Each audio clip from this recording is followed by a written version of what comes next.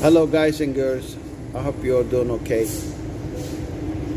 I wanted to give you some updates regarding the earthquake and what's going on, what to expect in Turkey in upcoming months.